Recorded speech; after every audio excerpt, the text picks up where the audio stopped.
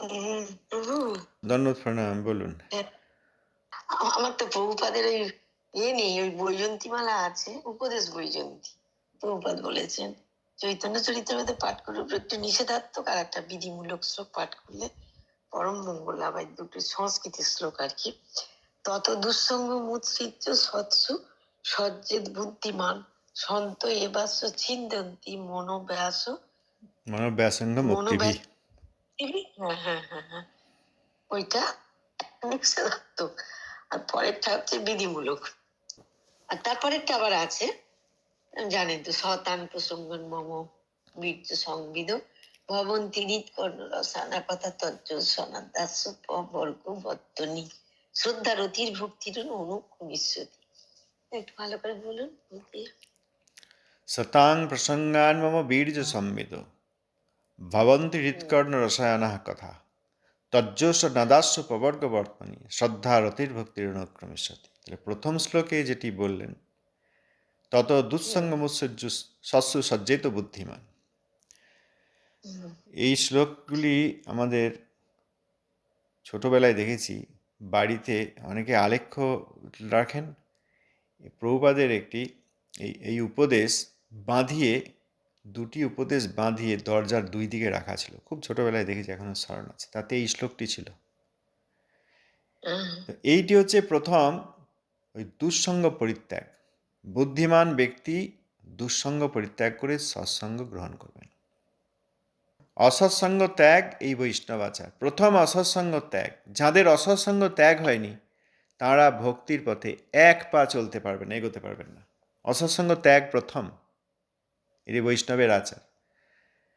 সেইখানে সেই শ্লোকে ওই শ্লোক দেওয়া ছিল, প্রভুপাদের সুন্দর বিগ্রহ ছিলেন, আর ওই শ্লোকের প্রভুপাদ যে ব্যাখ্যা দিচ্ছেন সেইটি ছিল, লেখা ছিল। সেখানে প্রভুপাদ বলেছেন যে অসৎসঙ্গ ত্যাগ দুটি পর্যায়ে হয়। প্রথম পর্যায়ে যারা অসৎসঙ্গ, সেই সব ব্যক্তি, সেই সব ধারণা পরিত্যাগ করতে হয়। যিনি এইটি পরিত্যাগ করেছেন তিনি এখন নিঃসঙ্গ হয়েছেন। যারা অসৎসঙ্গ তাদেরকে ত্যাগ করলে প্রথম পর্যায়ে নিঃসঙ্গ হয়, সেই সঙ্গ আর করছেন না, তখন নিঃসঙ্গ হলেন। কেন না, এখন আর কোনো সঙ্গ নেই, অসৎসঙ্গ নেই। কিন্তু নিঃসঙ্গ হলে অসৎসঙ্গ ত্যাগ পরিপূর্ণ হয় না, সম্পূর্ণ হয় না। অসৎসঙ্গ ত্যাগ কাজটি সম্পূর্ণ করতে গেলে প্রথমে অসৎসঙ্গ যারা, তাদের সঙ্গ পরিত্যাগ করে নিঃসঙ্গ তো হতেই হয়, এবং নিঃসঙ্গ হয়ে বসে থাকলে হবে না, তাহলে ওই অসৎসঙ্গের প্রভাব থাকবে। দ্বিতীয় পর্যায় হচ্ছে সৎসঙ্গ গ্রহণ, অর্থাৎ শুদ্ধ সাধু যারা বৈকুণ্ঠের কথা বলেন, যারা বৈকুণ্ঠের ধারণায় অবস্থান করেন, তাদের সঙ্গ করা। অর্থাৎ অসৎসঙ্গ ত্যাগ প্রথম পর্যায়ে নিঃসঙ্গ, অর্থাৎ সেই অসৎসঙ্গগুলি থেকে সরে আসা। আর দ্বিতীয় হচ্ছে শুদ্ধ সাধুর সঙ্গ করা, তবে অসৎসঙ্গ ত্যাগ পরিপূর্ণ হয়। যারা অসৎসঙ্গকে বুঝতে পেরেছেন এবং পরিত্যাগ করেছেন, তাদের এখনও অসৎসঙ্গ ত্যাগ হয়নি, তারা কেবলমাত্র নিঃসঙ্গ হয়ে বসে আছেন। এখন শুদ্ধ সাধুকে সন্ধান করে যখন শুদ্ধ সাধুর সঙ্গ করবেন, তখন তার অসৎসঙ্গ ত্যাগ হবে। আর দ্বিতীয় শ্লোকে শতাং প্রসঙ্গান মম বীর্য সংবিদ, এই কথা কপিলদেব দেবহূতিকে বলেছিলেন, মা দেবহূতিকে। দেবহূতি বললেন যে তোমার বাবা যখন চলে গেলেন, আমি মঙ্গলের উপদেশ চাইলে তিনি বললেন এই পুত্র তোমাকে মঙ্গলের উপদেশ দেবে, এই সাধারণ পুত্র নয়। তো বাবা আমাকে বলো আমার মঙ্গল কিসে হবে? তখন কপিলদেব মা দেবহূতিকে বলেছিলেন শতাং প্রসঙ্গান মম বীর্য সংবিদ, সর্বদা আমার বীর্যময়ী হরিকথা শ্রবণ করো। বীর্যময়ী প্রসঙ্গ অর্থাৎ হরিকথা, আমার বিষয়ে শ্রবণ করো। শতাং প্রসঙ্গান মম বীর্য সংবিদ ভবন্তি হৃৎকর্ণ রসায়না কথা, তাতে তোমার কর্ণরসায়ন হবে, খুব ভালো লাগবে শ্রবণ করে। আমার বীর্যবতী প্রসঙ্গ হরিকথা শ্রবণ করলে প্রথমেই তোমার যেটি হবে কর্ণরসায়ন হবে, খুব আনন্দ হবে, কান খুব শ্রবণ করে খুব ভালো লাগবে। কর্ণরসায়ন অর্থাৎ শ্রবণ করে ভালো। এবং সেই কথা, সাধুর কথা, আমার পুত চরিত কথা সাধুর হৃদয় থেকেই যখন অপ্রাকৃত সেই শব্দ বিগলিত হয়ে আসবে আর তুমি শ্রবণ করবে, তখন প্রথমেই তোমার কর্ণরসায়ন হবে, তারপরেই সেই কথা কর্ণের মধ্যে দিয়ে সেবনমুখ কর্মের মধ্যে দিয়ে হৃদয়ে পৌঁছাবে। তাতে হৃদয়েরও খুব আনন্দ হবে। হৃৎকর্ণ রসায়না কথা। এবং এই জগতের সমস্ত প্রাকৃত চিন্তা থেকে তোমার মুক্তি হবে। এবং গ্র্যাজুয়ালি, ধীরে ধীরে, অর্থাৎ ক্রমান্বয়ে, প্রথমে শ্রদ্ধা, তারপর রতি, তারপর ভক্তি প্রাপ্ত হবে। এখানে শ্রদ্ধা শব্দে ওই শ্রদ্ধা, শুদ্ধ সাধুর সঙ্গ, শুদ্ধ সাধুর সঙ্গে এই তত্ত্বাদি শ্রবণের দ্বারা অনর্থ নিবৃত্তি, এবং অনর্থ নিবৃত্তি যেমনভাবে হতে থাকবে সেইভাবে ভজনক্রিয়া শুরু। অর্থাৎ শ্রদ্ধা, সাধুসঙ্গ, সাধুর সঙ্গে অনর্থ নিবৃত্তি, ভজনক্রিয়া, তারপর আমার বিষয়ে তোমার নিষ্ঠা আসবে, তারপর আমার বিষয়ে তোমার রুচি আসবে, নিষ্ঠা রুচি, তারপর আমার বিষয় ছাড়া তুমি থাকতে পারবে না, আসক্তি আসবে। এই পর্যন্ত শ্রদ্ধা। ভগবান কপিলদেব এখানে মাতা দেবভূতিকে এই শ্লোকে যা বলেছেন, এখানে এই শ্রদ্ধা শব্দের অর্থ ওই পর্যন্ত, অর্থাৎ সাধন ভক্তি, আসক্তি পর্যন্ত সাধন ভক্তি, শ্রদ্ধা। তারপর রতি, অর্থাৎ ভাব ভক্তি, এবং তারপরে যে ভক্তি শব্দ বলেছেন সেইটি হচ্ছে প্রেম ভক্তি। অতএব শ্রদ্ধা, রতির, ভক্তির অনুক্রমস্যতি, অনুক্রমে, ধীরে ধীরে, পর্যায়ক্রমে, গ্র্যাজুয়ালি, ওয়ান বাই ওয়ান এই স্টেজগুলো আসবে। এই দুটি শ্লোকে প্রভুপাদ সেখানে ব্যাখ্যা করেছেন যে অসৎসঙ্গ ত্যাগ কেবল নিঃসঙ্গ নয়, শুদ্ধ সাধুর সঙ্গ, শুদ্ধ সাধুর সঙ্গে এই হরিকথা, বিচিত্র হরিকথা, ভগবানের বিচিত্র প্রসঙ্গ শ্রবণ করবে, তাতে এই ধীরে ধীরে সব আসবে। অর্থাৎ শুদ্ধ সাধুর সঙ্গ হলেই তাঁদের নিকটে ভগবানের পূত চরিতকথা প্রসঙ্গ শ্রবণ করলেই এই যা আমাদের প্রয়োজন সেই ধীরে ধীরে স্বাভাবিকভাবেই আসতে থাকবে। এর জন্য আর অন্য কিছু প্রচেষ্টা করতে হবে না। তজ্জস্য নাদাস্য প্রবর্গ বর্তমানে। হ্যাঁ, পবর্গ, অপবর্গ, হ্যাঁ, প ফ ব ভ ম, এই যে ক চ টত প, খ ছ ঠত প, গ জ ডদব, ঘ ঝ ডদব, উ ইয় ন নম হলো। আর এদিকে প বর্গ, প বর্গ, পতে পরিশ্রম, পয়ের পর কি আছে বাংলা বর্ণে, বর্ণমালে ফ, ফ মানে ফেন, ফেন, ফেন, ফেন, মুখে ফেনা উঠে যায় না কাজ করতে করতে, খুব কষ্ট হতে ফেনা উঠে যায়, আর পারে না। অনেক পশুকে যখন খুব কষ্ট দিয়ে কাজ করায় মানব জাতি, দেখবেন ফেনা উঠে পড়ে। পরিশ্রম, পরিশ্রমের ফলে ফেন, প ফ। ব হচ্ছে ব্যর্থতা, ওই যত পরিশ্রম করা হোক ফেন উঠে যাচ্ছে মুখে, তবু ব্যর্থতা আসছে জীবনে, সব ব্যর্থ, সবাই ব্যর্থ। সংসারে গৃহপতি ব্যর্থ, গৃহপত্নী ব্যর্থ, গৃহকর্ত্রী ব্যর্থ, পুত্রকন্যা ব্যর্থ, তারপরে এই যে ইন্ডাস্ট্রি সেটি ব্যর্থ, ইন্ডাস্ট্রির প্রধান পরিচালক তিনি ব্যর্থ, সব ব্যর্থ। বিজ্ঞানীরা ব্যর্থ, ইতিহাসবিদরা ব্যর্থ, সংসারের সব ব্যর্থ। পরিশ্রম করে ফেন উঠে যাচ্ছে, তবুও যা ফল পাওয়া যাচ্ছে তাতে ব্যর্থতাই পাওয়া যাচ্ছে। শেষকালে সেই এক সমস্যা, এই বার্ধক্য আসছে, জড়া আসছে, রোগ আসছে, যন্ত্রণা আসছে, মৃত্যু হয়ে যাচ্ছে। তাহলে প ফ ব ভ, এরপর ভয়, ভয় উপস্থিত হয়, ব্যর্থতা আসে এবং ভয় উপস্থিত হয়। কি হবে, ভবিষ্যৎ নিয়ে কি হবে, এতদিন যা পেলাম সেগুলো দিয়ে তো কিছু হচ্ছে না, এরপর কি হবে, এই ভয়। তারপর মৃত্যু, মৃত্যু শেষ। এই শরীরে যা কি, এই শরীর থাকাকালীন আমার যে সম্ভাবনা ছিল সেটা শেষ হয়ে গেল, এটা মৃত্যু।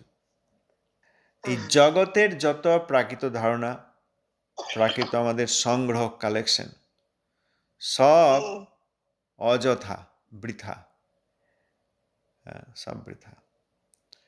পড়াশোনা করছে, খুব ভালো রেজাল্ট করছে, তারপর আরও পরবর্তী জায়গায় ভালো বিদ্যালয়ে, বিশ্ববিদ্যালয়ে পড়াশোনার সুযোগ পাচ্ছে, তারপর সেইখান দিয়ে কর্মাদি হচ্ছে, তারপর কর্ম করলে কর্মফল কিছু সংগ্রহ হচ্ছে, অর্থাদি সংগ্রহ হচ্ছে, গৃহ হচ্ছে, বিবাহ হচ্ছে, পুত্রকন্যা হচ্ছে, শেষকালে সব দেখা যাচ্ছে এই সব বৃথা হয়ে গেল। ব্যর্থ এখন হয়। বোঝা যাচ্ছে না। ওই যখন খাওয়া হয় তখন বোঝা যায় না, তারপরে বোঝা যায়। অর্থাৎ এইগুলি নিয়ে আমরা যে এখন নাড়াচাড়া করছি, খুব আনন্দ, খুব আনন্দ।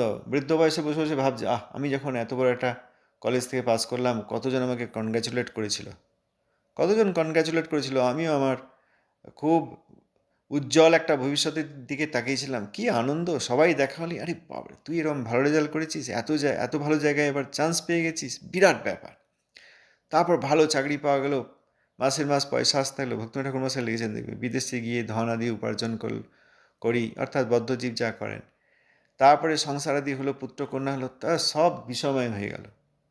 যা ভেবে এত সব সাফল্য পাচ্ছিলাম বলে আনন্দ করছিলাম, হ্যাঁ সফল হচ্ছিলাম বলে আনন্দ করলাম, সাফল্য পাচ্ছি, তারপরে সব আরও বাড়ছে।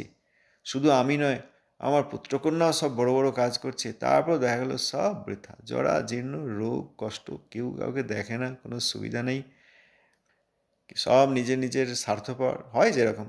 আবার যারা দেখছে তারা ওই প্রাকৃতভাবে দেখছে, সবাই দেখে না তা নয়, অনেকে দেখছেও, কিন্তু প্রাকৃতভাবে দেখছে, ও দেখেও কিছু করতে পারছে না।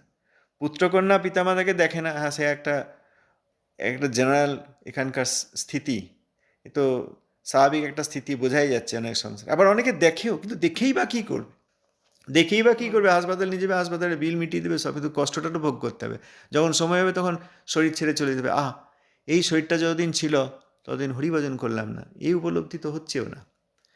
তো ওই পরিশ্রমে ফেন ফেন উঠে যাচ্ছে, পরিশ্রমে ক্লান্ত হয়ে পড়ছে, পেরে উঠছে না। তারপরে ব্যর্থতা আসছে, ব্যর্থতার পর ভয় আসছে, ভয়ের পর শেষকালে মৃত্যুর কোলে ঢলে পড়ছে। কেবল শরীরের মৃত্যু হচ্ছে না, সম্ভাবনার মৃত্যু হচ্ছে।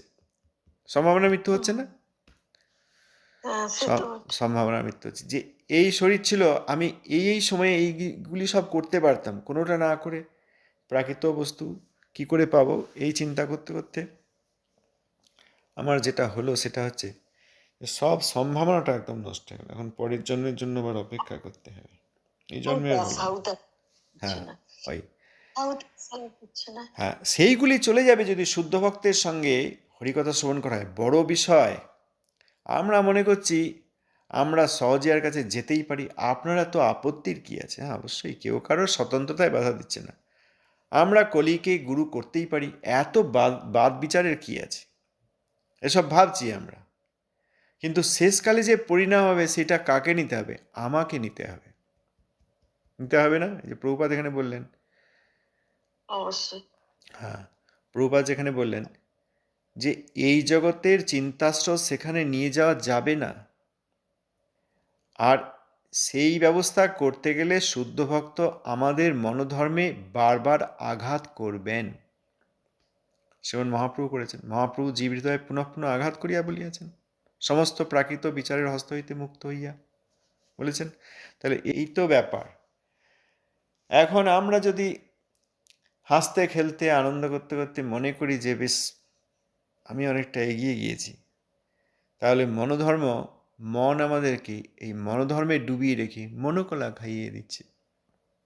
ভালো করে অপ্রাকৃত তত্ত্ব যদি বিচার করে দেখা যায়, তাহলে দেখা যাবে আমরা সব অচিরেই বিপদে পড়তে চলেছি।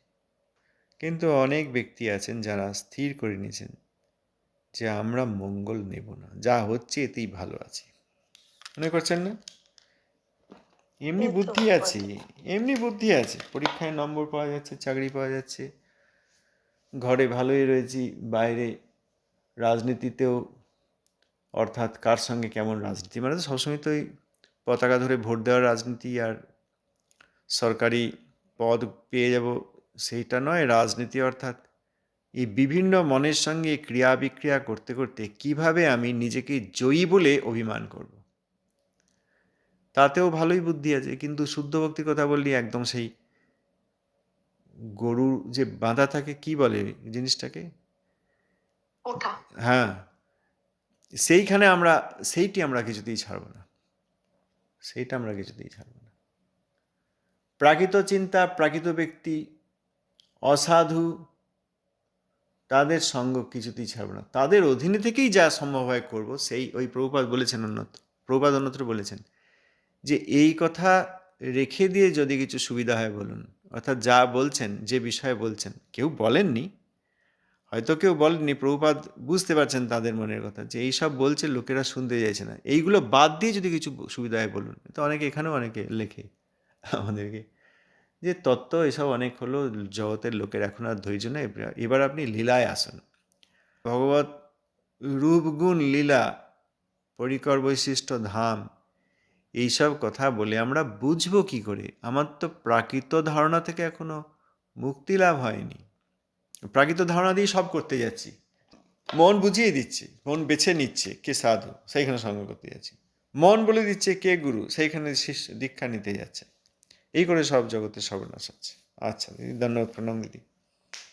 হ্যাঁ, প্রভুপাদের উপদেশামৃত গ্রন্থটি আর পাবলিশ করব না, দিয়ে আমরা নতুন করে পত্রাবলী, বক্তৃতাবলী এইসব জায়গা থেকে কিছু কোট করে একটা গ্রন্থ পাবলিশ করে দেবো। কারণ প্রভুপাদের উপদেশামৃত, যেটি 1986 সালে শ্রীমদ্ ভক্তি প্রমোদ পর্যটক গোস্বামী মহারাজ, প্রভুপাদের একজন বিশেষ শিষ্য, তিনি প্রভুপাদেরই আর একজন বিশেষ শিষ্য শ্রীমদ্ ভক্তিময়ূক ভাগবত গোস্বামী মহারাজের কাছ থেকে এই গ্রন্থটি নিয়ে এসে পাবলিশ করলেন। সেইটি আর পাবলিশ করবো না, কারণ সেইখানে ভুল আছে।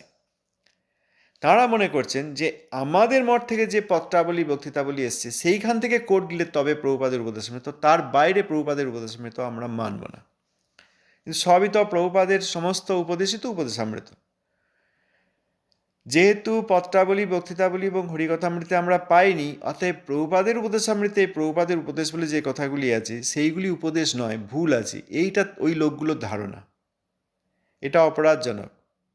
পত্রাবলী একটি মূল গ্রন্থ, বক্তৃতাবলী একটি মূল গ্রন্থ, সেখানে প্রভুপাদের বক্তৃতা আছে, পত্রাবলীতে প্রভুপাদের পত্রাদি আছে, হরিকথামৃত প্রভুপাদ বিভিন্ন সময় হরিকথা বলেছেন, সেই হরিকথামৃত, সেইগুলি যেমন প্রমাণ গ্রন্থ, তেমনি প্রভুপাদ ছিল সরস্বতী ঠাকুরের প্রভুপাদের উপদেশামৃত বলে যে গ্রন্থ শ্রী চৈতন্য মঠে পাওয়া যেত, সেটিও একটি প্রমাণ গ্রন্থ।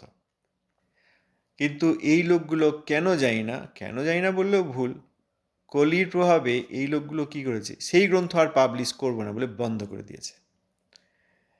এই জন্য যাঁরা বৈজয়ন্তী রেখেছেন প্রভুপাদের উপদেশামৃত যে কোনো গ্রন্থে অ্যাজ ইট ইজ থাকলেই সেটি অবশ্যই খুবই সম্মানীয়। তারা এটাও জেনে রাখুন, হ্যাঁ, হ্যাঁ, তারা এটাও জেনে রাখুন যে প্রভুপাদের উপদেশামৃতকে অপ্রামাণিক গ্রন্থ মনে করে তারা এইটি ছাপিয়েছেন, ওই তাদের আনুগত্যে কখনো ভজন হবে না, এটা জেনে রাখুন। প্রভুপাদের উপদেশামৃত ঠিক আছে, তো পদ্মফুল জলের মধ্যে হয়েছে, আমি কিন্তু যখন পদ্ম কিনতে ফুলটি গেছি, না নিয়ে ওই জলের নিচে চলে গিয়ে পাঁক নিয়ে ঘাঁটাঘাঁটি করবো যারা ভাবছেন, তারা আবার প্রভুপাদ এবং তাঁর গণের চরণে অপরাধ করছেন। শ্রীমদ্ ভক্তিময়ী ভারত গোস্বামী মহারাজের চরণে ভয়ঙ্কর অপরাধ হচ্ছে, শ্রীমদ্ ভক্তি প্রমোদ পর্যটক গোস্বামী মহারাজের চরণেও ভয়ঙ্কর অপরাধ হচ্ছে। তাদের চরণে অপরাধকারী ব্যক্তিদের সঙ্গ করা যায় না। কি বলছিলেন বলুন। কিনি প্রভু, আমি যখন কিনি তো অনেকদিন, অনেক বছর আগেই তো কিনেছি, তাও তো আমি এটাই কিনেছি, এটাই বললো, এটাই আছে। অনেক বছর এটা দিয়েই কি আর সব হয়ে যায়? আপনি কত বছর আগে কিনেছেন বলুন? কোনটা এটা? হ্যাঁ, হ্যাঁ, আবার কি, আবার কিনতে গেছি, আবার দেখি এইটা বাড়িতে এসে আমি তা দেখি জিজ্ঞেস করছি না, আমি বলছি এইটা। কত বছর আগে। আপনি বলছেন অনেক বছর, যে বলছেন আপনি, সেই জন্য আপনাকে জিজ্ঞেস করছি কত বছর। মানে কি, হ্যাঁ, 12 বছর তো 12 বটে। বছর? আমি 40 বছরের কথা বলছি। ও, তাহলে আর 86 বছর, জানি। 1986 মানে কি? 40 বছর। আমি তারও আগের কথা বলছি, 86রও আগে। 40 বা তারও পূর্ববর্তী বছরের কথা বলছি, আপনি 12 বছরের কথা বলছেন। হ্যাঁ, বুঝলেন? 86 সালে যখন এই গ্রন্থ প্রথম প্রকাশিত হলো শ্রী চৈতন্য মঠ থেকে, তখনকার কথা বলছি। এবং সেই গ্রন্থ প্রকাশিত হওয়ার আগে ওই চিম্পাই, চিনপাই তো নাকি আমাদের প্রভু আছেন না, হ্যাঁ চিনপাই, সেখান থেকে প্রকাশিত যে গ্রন্থ কলেবর ছিলেন তখনকার কথা বলছি, অর্থাৎ 40 বছর আগেকার কথা বলছি। তো বললাম বৈজয়ন্তীমালা করেছেন ঠিক আছে, কারণ সেখানে প্রভুপাদের উপদেশ থাকলে সেও একই, কিন্তু প্রভুপাদের উপদেশামৃত যে গ্রন্থটি ছিল সেইটি শুদ্ধ নয়, অশুদ্ধ, এই যারা বলছেন তারা করেছেন তো, তাদের আনুগত্যে এইসব করা হচ্ছে। অনেকে বলেন 12 বছর, 10 বছর, 18 বছরের কথা বলেন। আমি প্রায়, হ্যাঁ, 12 হ্যাঁ আমি, বছরের। হ্যাঁ আমি সেই জন্যই তো বলছি 40 বছর আগেকার কথা বলছি, অতএব বছরের হিসাবেও। আবার আমি কিনতে গেছি, আবার ওইটা আমাকে দিয়েছে। এবারে আমি বাড়িতে এসে দেখছি যে কি হলো, এই ওইটা তো আমার আছে, তো আবার এইটা কেন দিলেন, কি বলবেন বলুন, এইটা আর যাই হোক, তো সে এই প্রভুপাদের উপদেশামৃত যখন পর্যটক গোস্বামী মহারাজ নিয়ে এসে পাবলিশ করলেন, তখন ওই প্রথমে 108টি উপদেশ ওই চয়ন করে ওইখানে দিয়েছিলেন। ওই প্রভুপাদের উপদেশামৃতই প্রথমে সূত্র আকারে দিয়েছিলেন, সেখানকার মধ্যে আজকে যেটি বললাম ওটা 82 নম্বর, 82। যাই হোক, এখন এইসব দুঃসঙ্গ পরিত্যাগ না করলে জলের উপরে যে পদ্মফুল এবং পদ্মপাতায় জলবিন্দু পর্যন্ত দাঁড়ায় না। দেখবেন পদ্মপাতার উপর জলবিন্দু দিলে কি হয়। এই জন্য বৈষ্ণব অপরাধীদের সঙ্গ করে, ভয়ঙ্কর বৈষ্ণব অপরাধী, প্রভুপাদের উপদেশামৃতকে যদি বলা হয় যে ওতে ভুল আছে, শুদ্ধ নয়, তাহলে প্রভুপাদের অন্যান্য উপদেশকে মানা হয় না। এইগুলো কলিই করতে পারে, আর কেউ করতে পারবে না।